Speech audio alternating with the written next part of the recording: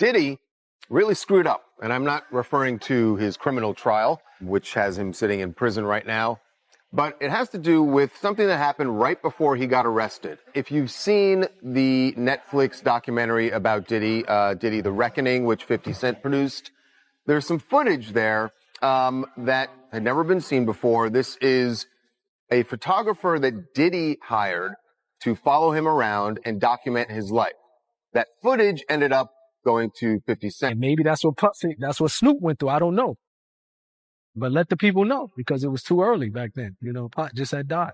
So this one night, 50 called me up, and, you know, they got him on the phone, man. He was just talking. We was talking about old time shit, you know, sit down with Black Hands, sit down with, you know, with Puff Kids, the whole Puff situation, and this documentary that he's going to be doing. The situation shifted almost overnight. Fresh clips and online commentary rapidly redirected the spotlight. This time, Snoop Dogg found his name dragged into the turmoil. Headlines suggested he was anxious, laying low, or being shielded due to footage allegedly excluded from the documentary. Some echoed claims previously raised by Gene Deal. Others scrutinized what 50 Cent chose to reveal in his documentary, and what he left out. Speculation grew about how Snoop might have responded behind the scenes. Above all, audiences kept circling back to one key question: what details were truly verified, and which were merely rumor? Check out this audio from Suge Knight. It's from his podcast with Dave Mays, and he's speaking on, you know, Tupac and Snoop being cool, and how, you know, after Tupac got killed, Snoop started hanging out with Diddy. And, you know, he also speaks on how, you know, Snoop, he did the Steve Harvey show with Diddy after Tupac got killed. Check this out.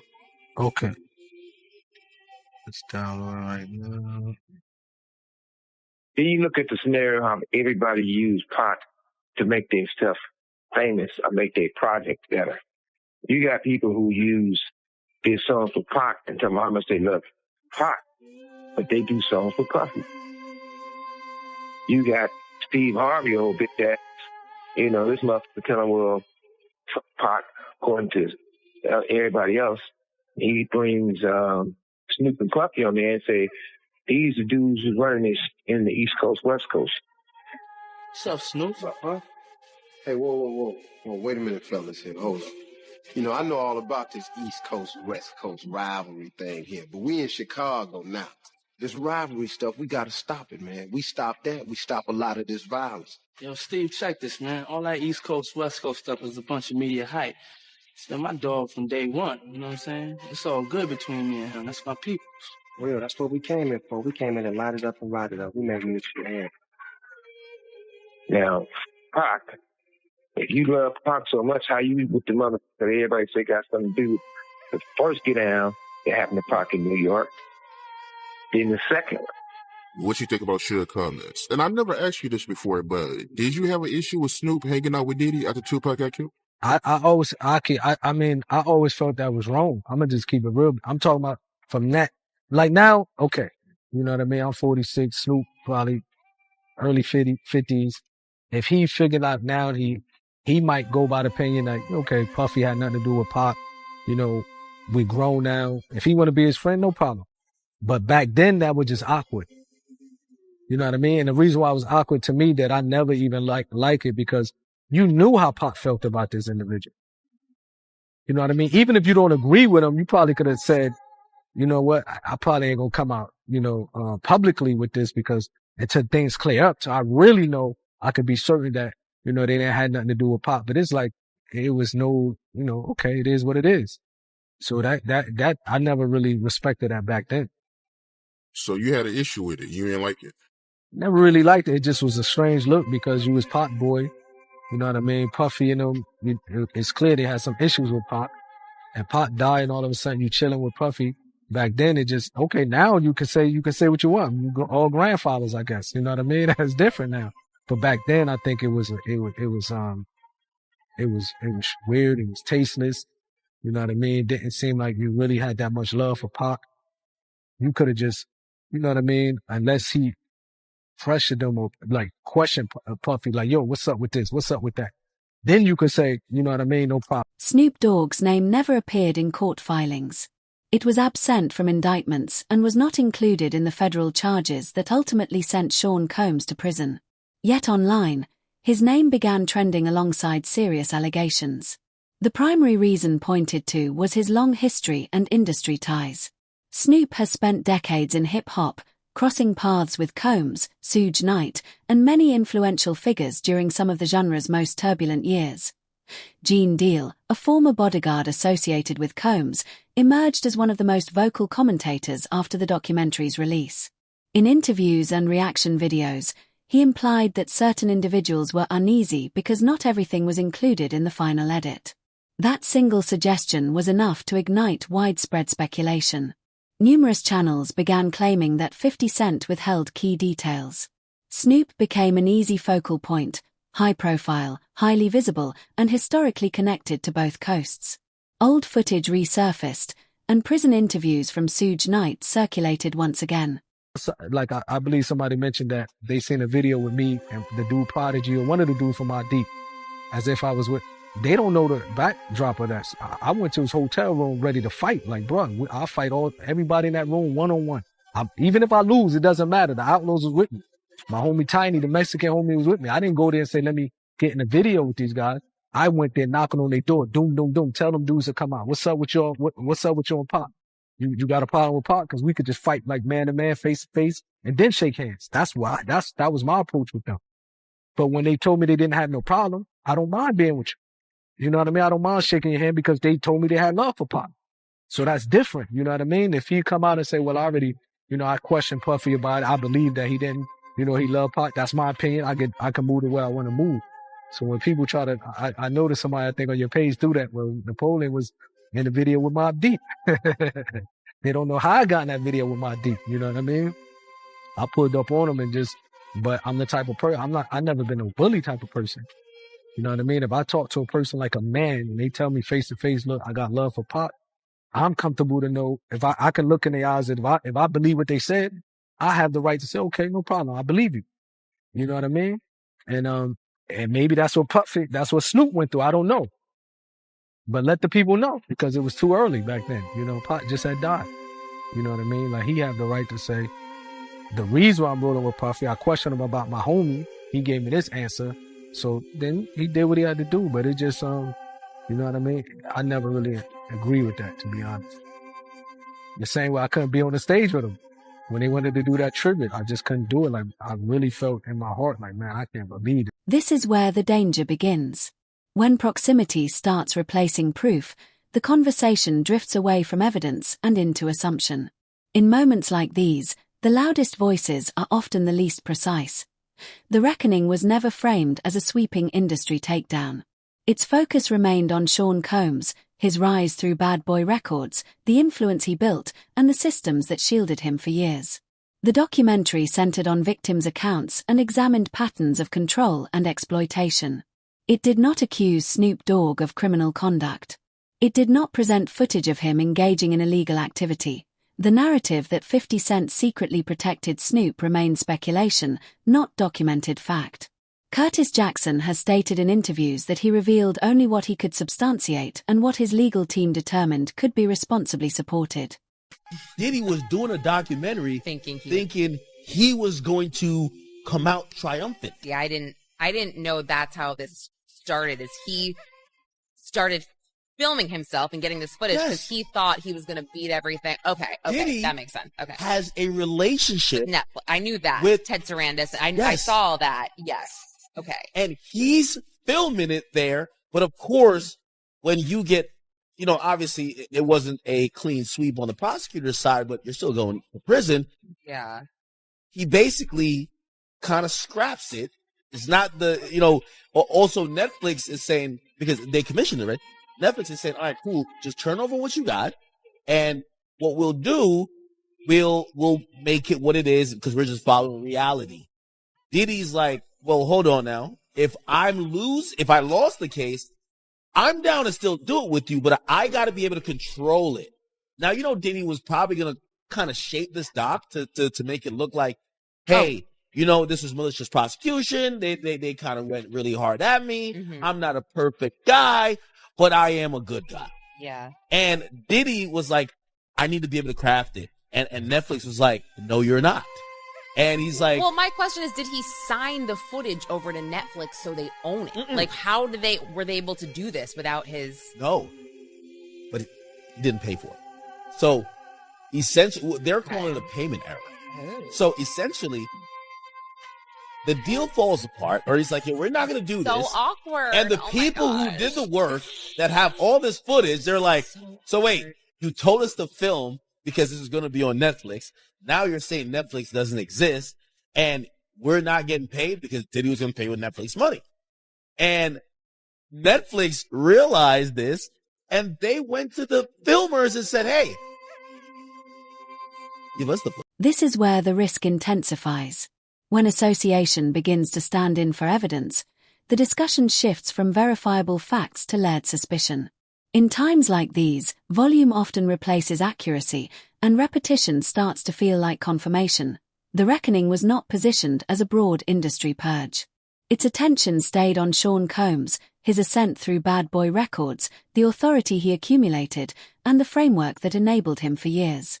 The film prioritized the voices of alleged victims and explored recurring themes of control and exploitation. It did not level criminal accusations at Snoop Dogg, nor did it show him participating in unlawful acts. Claims that 50 Cent deliberately shielded Snoop remain unverified. Curtis Jackson has explained in interviews that he disclosed only information he could confirm and that his legal team approved for release. We're going to look at this through the prism of a modern-day rhetorical genius. A modern-day rhetorical genius. We're talking about the one, the great, the 50 Cent. All right. This guy's skill at rhetoric is absolutely next level. And this totally ties in with, how he famously is a big fan of Sun Tzu, The Art of War. Now, rhetoric with a capital R, I can just give you the definition of that. That's basically public speech, particularly public speech that is to persuade. Any persuasive public speech is rhetoric, right? Now, we kind of break that down into two subcategories of rhetoric with a lowercase r and dialectic. Rhetoric is essentially everything else. And really, what moves the needle with like 97% of people and 100% of groups, okay, is, in fact, rhetoric with the lowercase r. So again, stuff like this, 50 Cent is an absolute master of. Basically, he dropped this doc, this 50, this Sean Puffy Combs doc, and it's just kind of set the internet on fire. It's beating out Stranger Things.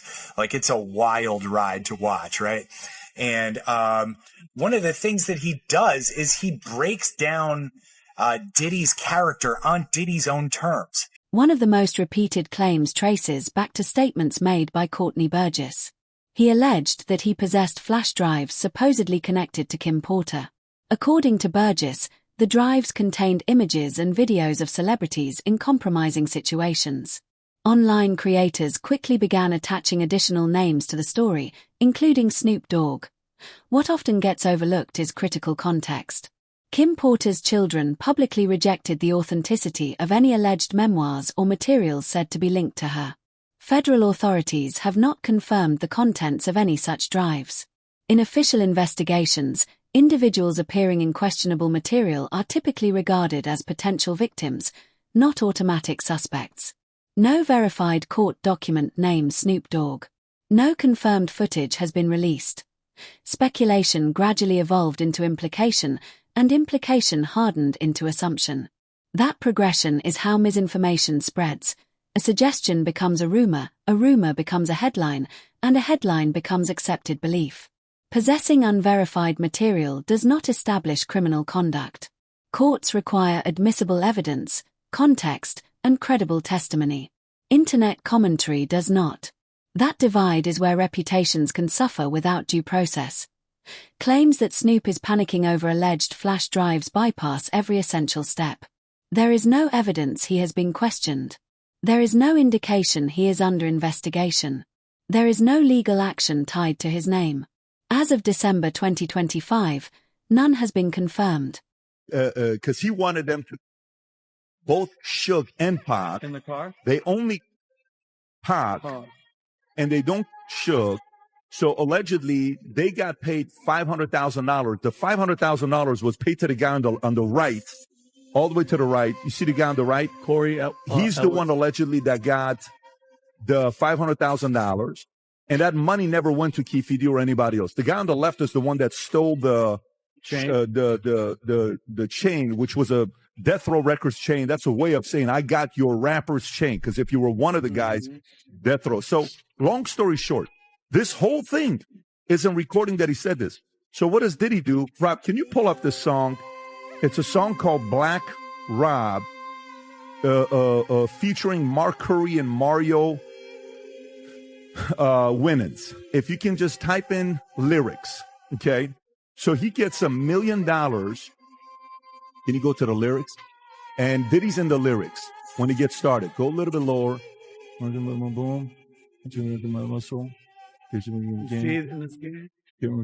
Can you type in the word in there, Rob? Nice guy. Type Control F, nice guy. Okay, right there. Look at it's 1999. No more Mr. Nice Guy. Been nice too long. I'm just going to start making y'all disappear. Man, first I'm going to take your records off the radio.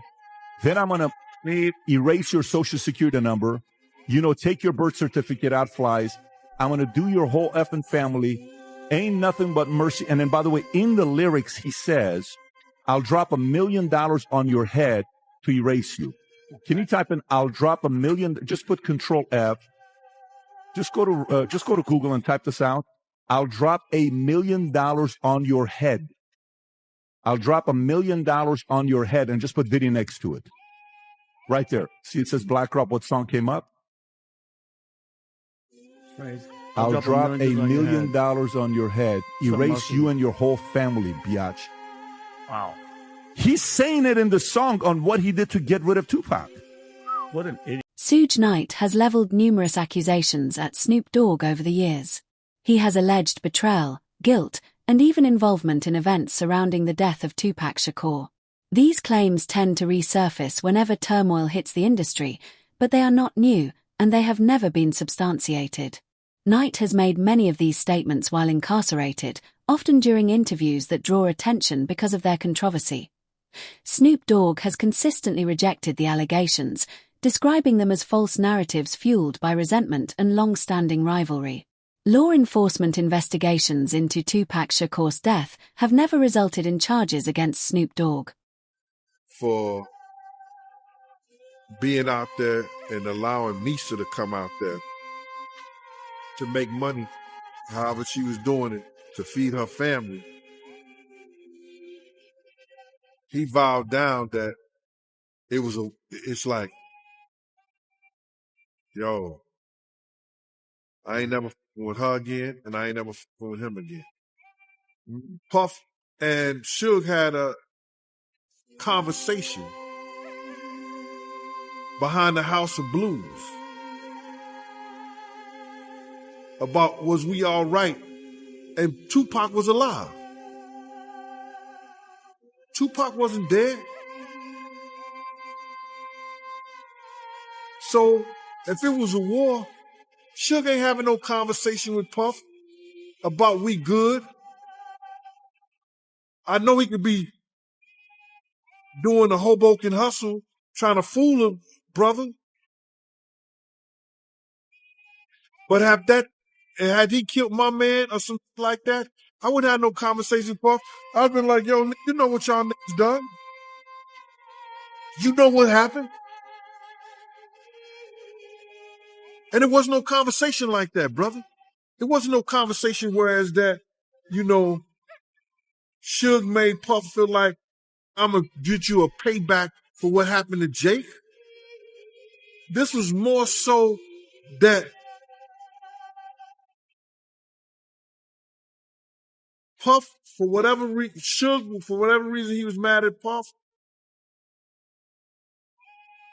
and Puff, for whatever reason he was mad at Suge, it was between them two.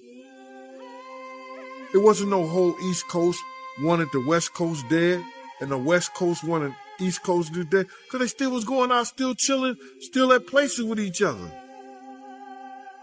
It was Bad Boy and it was Death Row. It was no East Coast and no West Coast. West Coast dudes were still coming out on the East Coast getting love. East Coast niggas was still going out on the West Coast getting love. It was Bad Boy versus Death Row. And that's what it was, bro. And it was because of the two CEOs. But Suge tried to straighten it out. I got to get at the Suge. The Death Row East Coast, the Death Row East was going to bring in Eric B.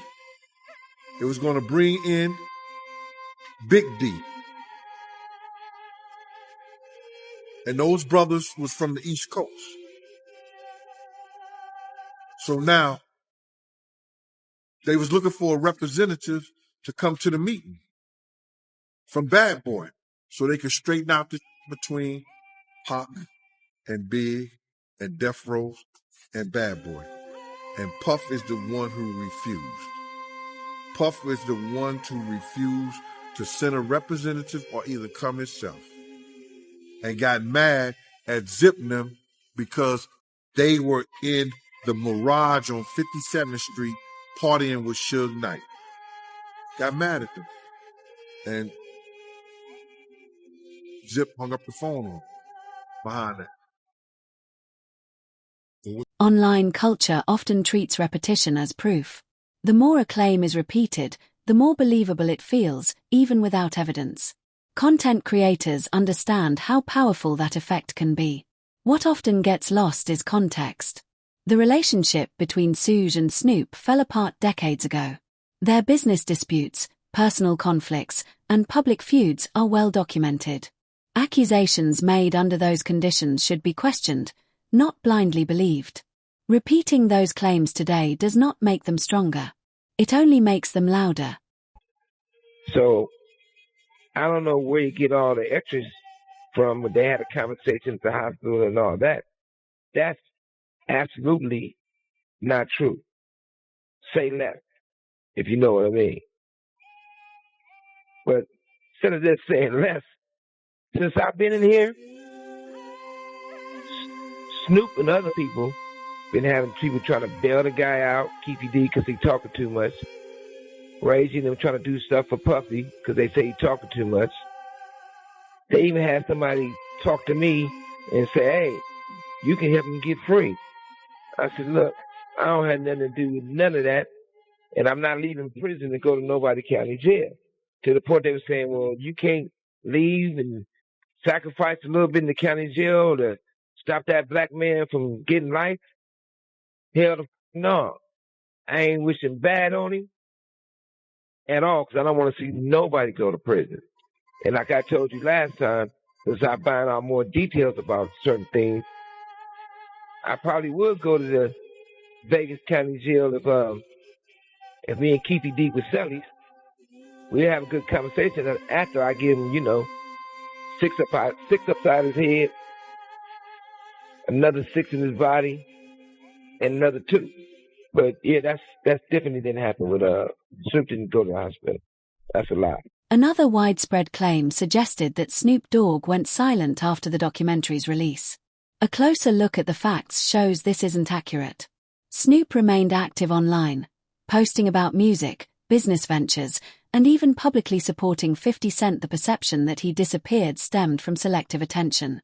When audiences want to believe a narrative, they often overlook facts that contradict it. Snoop did not issue panic statements, delete his accounts, or retreat from public life. He continued managing and expanding his businesses, including Death Row Records. Silence can sometimes be strategic, but in this instance, there was no silence. There was only a conscious choice not to engage with rumors unworthy of response. Just got out the gym, doing my workout box. Suge, you right. History would repeat itself. 'Cause, nigga, you wasn't the only nigga in the room, nigga. You wasn't by yourself. It was other people in the room, too. I'm not going to say no names because, like you said, we don't talk. So why you on here talking? Let that go, man. And as far as Snoop and Corrupt writing my album, you ask them niggas that. Them niggas ain't wrote my album. Corrupt helped me with Do You See? Snoop helped me with This DJ. Other than that, everything else I wrote. So that's where you wrong at again. And as far as the tough guy, do you recall when we was at the World Club and it said Death Row and NWA? Who fired on that? Me. When you was at the Comedy Store, fighting that little buff ass at the Comedy Store, who saved your motherfucking ass? Me and C-Style. So what have I done to you? For you to launch out at me? Look, don't get mad at me, man. I ain't never done nothing to you. I wasn't signed to you. So Sean Combs's conviction followed years of investigation, witness testimony, and legal scrutiny. In contrast, Snoop Dogg's situation exists entirely in the realm of association and speculation. Federal updates as of December 2025 confirm no charges, no indictments, and no active cases involve Snoop Dogg. That distinction is crucial. In a period when powerful figures are being held accountable, silence from law enforcement does not indicate protection. It indicates the absence of evidence. The industry may be rattled, but proximity to controversy does not equal guilt. Confusing rumor with verified fact undermines the truth precisely when it matters most. In a documentary, there's a couple things I'll share with you guys on what I took away from it. But Rob, maybe share the clip on how he got access to some of the footage of the documentary. Is this the one, Rob? Yep. Go for it. How did you get that footage of Diddy? I figured most journalists would not disclose their sources. Does he know y'all have this in the doc? I would doubt he knows. So when this airs, that'll be the first time that his legal team, Diddy, that everybody knows that this footage is now seeing the light of day. Perhaps. Combs' team firing back in a statement to NBC News, saying the Netflix so-called documentary is a shameful hit piece and that they relied on stolen footage that was never authorized for release. His team sending a cease. So that doesn't mean it's not true. Of course. But they relied on stolen footage, okay, is what they relied on. And then they ask about the history of 50 and him, issue that they've had. What's the one you just pulled up, Rob? This is where they talk about the feud, and then I also have 50 Cent talking about Diddy's reaction to the documentary. Yeah, that's so funny. That is so funny. But watch this one here. Go ahead, Rob. How do you respond to people who say that it's more about the disdain that you have for Sean Combs than it is for giving the victims a platform? What they consider a pre-existing beef, right, for 20 years, right, is me being uncomfortable with him suggesting that he takes me shopping, or I looked at it like it was like a tester, like maybe you'll come play with me type of thing, right?